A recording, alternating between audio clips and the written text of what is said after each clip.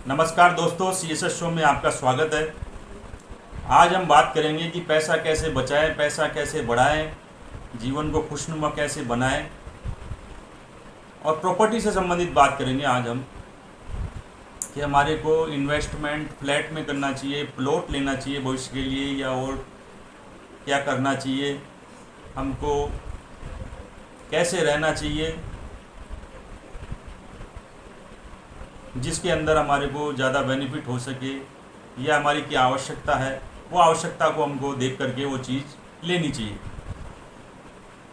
अब सबसे पहले बात करते हैं हम फ्लैट की। फ्लैट जो है वो सिटी के नज़दीक रहते हैं और ये रेडी टू मूव रहते हैं। इधर लिया उधर हम 2-4 दिन में, 5 दिन में, 7 दिन में हमारा सामान ले जा करके उसमें शिफ्टिंग कर सकते हैं, उसमें रहना चालू कर सकते हैं। फ्लैट का ये बेनिफिट रहता है, जबकि प्लॉट में ऐसा नहीं रहता है। उसको पहले लेना पड़ता है, लेने के बाद में देखना पड़ता है कि वहाँ आजू बाजू में मकान है कि नहीं, किस टाइप का इलाका है, अभी हम वहाँ मकान बना के रह सकते हैं या हमारे को इंतज़ार करना पड़ेगा, सिटी से कितनी दूर है, तो वो प्लॉट में रहता है। दूसरा भी फ्लैट की चालू है बात, तो फ्लैट के देख रहे हैं क्या बेनिफिट है, क्या फ़ायदा है। दूसरा है कि हमारे को फ्लैट में रहने से सेम इनकम ऑफ ग्रुप के लोग मिलते हैं उसमें, और लोग भी है वो हमारे समानांतर इनकम के रहते हैं, तो उनके अंदर उठने बैठने में, बोलचाल करने में और में एक हमारे को गुड अच्छा महसूस होता है। और एक सोसाइटी है वो थोड़ी सी हाई हो जाती है फ्लैट में रहने से, हाई सोसाइटी का एहसास होता है फ्लैट में रहने से। तीसरा पॉइंट है इसमें, फ्लैट में सिक्योरिटी रहती है, गार्ड रहता है और डोर लॉक रहता है। कोई भी आता है तो हम उसको देख सकते हैं, देख करके गेट खोल सकते हैं, उसको ले सकते हैं। और अगर हमारे को बात नहीं करनी है, और नहीं करना है या और है, तो हम नीचे गार्ड को बोल सकते हैं नहीं हम इस आदमी को नहीं पहचानते, इसको मत भेजिए आप, तो वो उसको अलाउ नहीं करेगा, उसको हमारी सोसाइटी में आने नहीं देगा, हमारे फ्लैट में नहीं भेजेगा। ये एक उसका ये बेनिफिट रहते हैं फ्लैट के। और हम कहीं भी जाएं, कुछ भी करें, तो हमारे को जो लाइफ है फ्लैट के अंदर अच्छी रहती है, हैप्पी रहती है। फ्लैट की जो सप्लाई है वो हमेशा बनी रहती है। कोई 5 माले की बिल्डिंग बन रही है, कोई 6 माले की बन रही है, कोई 8 माले की बन रही है, कोई 10 माले की, कोई 12 माले की, कोई 15 माले की, कोई 20 माले की, कोई 25 माले की। ऐसे फ्लैट की सप्लाई हमेशा होती रहती है। सिटी और सिटी के नज़दीक इलाका रहता है, इसलिए आने जाने में और में किसी प्रकार की कोई परेशानी नहीं रहती है। और फ्लैट की जो इंक्रीमेंट है, जो रेट में जो बढ़ोतरी होती है, वो 5-6% रहती है। जितनी जो महंगाई है, महंगाई के आसपास ही उसमें इम्प्रूवमेंट होता है रेट के अंदर, ज़्यादा कुछ उसमें बेनिफिट नहीं मिलता। पर जो बड़े शहर हैं जैसे दिल्ली है, बॉम्बे है, बेंगलोर है, हैदराबाद है, इनके अंदर अगर हम प्लॉट के लिए या ज़मीन लेने जाएंगे वो पॉसिबल नहीं है। वो मिलेगी तो बहुत दूर मिलेगी, और वहाँ जा कर के प्लॉट लेने से कोई काम की बात भी नहीं रहेगी, और वो भी करोड़ों में मिलेगी। इसलिए वहाँ फ्लैट ही अवेलेबल है। फ्लैट ही एक उसका एक हम इन्वेस्टमेंट कर सकते हैं, या रह सकते हैं, या ले सकते हैं। दिल्ली है, बॉम्बे है, बेंगलोर है, हैदराबाद है, ऐसे जो बड़े जो शहर है जिनके अंदर फ्लैट ही ले सकते हैं, फ्लैट में ही इन्वेस्टमेंट कर सकते हैं, फ्लैट में ही हम रह सकते हैं। अब फ्लैट में क्या है कि विशेष तौर से तो एक सिक्योरिटी का रहता है। हम कहीं भी हमारे प्रोफेशन से संबंधित कहीं बाहर भी जाते हैं तो हमारे को हमारे बच्चों की, हमारे वाइफ की बिल्कुल भी टेंशन नहीं रहती है। हम आराम से जा सकते हैं, अपना काम करके कभी भी आ सकते हैं। ये फ्लैट के बेनिफिट है जो मैंने आपको बताया। अब बात करते हैं प्लॉट की, क्योंकि ज़मीन सीमित है, एरिया सीमित है, शहर बढ़ रहे हैं, तो प्लॉट है हमारे को सिटी के अंदर तो आज की डेट के अंदर पॉसिबल नहीं है, रेट करोड़ों में जाती है, तो हमारे को दूर ही जाना पड़ेगा। प्लॉट में अगर लेना है, इन्वेस्टमेंट करना है या घर बनाना है, तो हमारे को सिटी से दूर जाना पड़ेगा। तो मेरा ये विचार है कि अगर प्लॉट हमारे को अगर लेना है, प्लॉट में इन्वेस्टमेंट करना है भविष्य के हिसाब से, या रहने के हिसाब से, या रहना है, तो अच्छे बिल्डर डेवलपर की स्कीम हमारे को लेनी है जो NATP RL सेंक्शन हो, गवर्नमेंट से जो डॉक्यूमेंट है उसके वो पास होने चाहिए। किसी प्रकार की कोई भी अनाधिकृत कॉलोनी या सोसाइटी के प्लॉट हमारे को नहीं लेने चाहिए, या जैसे नोटरी पे लिख के दे दिया कि ये साहब ये 1000 स्क्वायर फीट का प्लॉट है, मैं इसको सेल कर रहा हूँ, ये आप ले लो।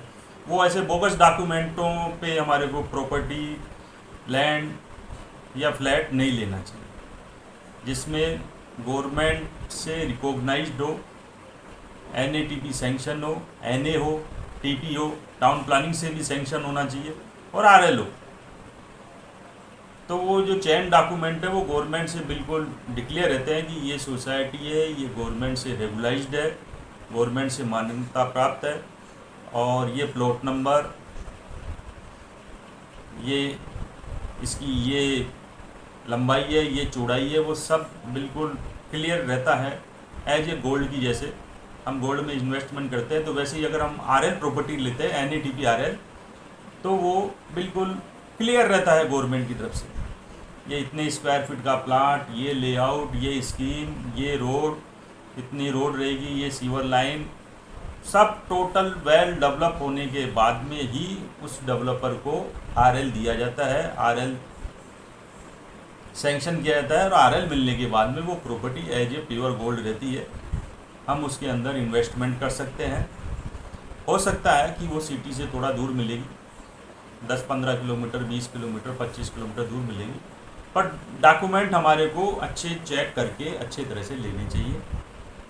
पूरा बिल्डर पे या डेवलपर पे भी भरोसा नहीं करना चाहिए। डेवलपर कई बार क्या है कि तोंडी बोल देते हैं, मुँह जवानी बोल देते हैं, हाँ साहब ये NATP सेंक्शन हो रही है, ये वैसे हो रहा है, ये हमारा RL निकल रहा है या आ रहा है। तो वो हवाई बातों में नहीं जाना चाहिए। पूरे डॉक्यूमेंट चेक करो, देखो कि हाँ इनका NATP सेंक्शन हुआ है या नहीं है पूरा। अगर हम नहीं समझते हैं तो अच्छे प्रॉपर्टी डीलर, अच्छे कंसल्टेंट की को ले जाकर के डॉक्यूमेंट दिखाओ कि ये, अगर हम उनको नहीं पहचानते हैं तो अच्छे एडवोकेट की सलाह लेकर के, अच्छे एडवोकेट के वो पेपर है वो जेरोक्स ले जा करके उसको दिखा करके कि हाँ सर ये हमारे पेपर चेक करके बताओ कि हम यहाँ पे प्लाट लेना चाहते हैं, ये डॉक्यूमेंट टोटल क्लियर है कि नहीं, किसी प्रकार की कोई अड़चन तो नहीं है। क्योंकि प्लॉट भी है जो आज लाखों रुपए के प्लॉट होते हैं, 15 लाख, 18 लाख, 20 लाख, 22 लाख, 25 लाख। तो भविष्य में हमारे को ओनरशिप से संबंधित या उसके ताबे से संबंधित या कब्जे से संबंधित किसी प्रकार की कोई भी दिक्कत नहीं आनी चाहिए, कोई अड़चन नहीं आनी चाहिए। हम बैंक लोन लें तो बैंक लोन भी आराम से हो जाना चाहिए। तो वो हिसाब से क्या है कि आप अच्छे प्रॉपर्टी कंसल्टेंट, प्रॉपर्टी डीलर या एडवोकेट वो पेपर चेक करा करके आप, अगर खुद नहीं समझते हैं तो उनको चेक करा करके आप और उनकी राय से वो यस कर दें कि हाँ आप पेपर डॉक्यूमेंट ओके है, आप इसमें प्लॉट ले सकते हो इस स्कीम में, और मैं आप उसको बुक करके आप प्लॉट बुक करवा दीजिए, आप प्लाट ले सकते हैं, प्लाट दे। और जहाँ तक हो कि अच्छे डेवलपर की जो गेटेड स्कीम रहती है उसमें चारों तरफ बाउंड्री वाल रहती है, आगे गेट रहता है और उसमें गार्ड की व्यवस्था रहती है।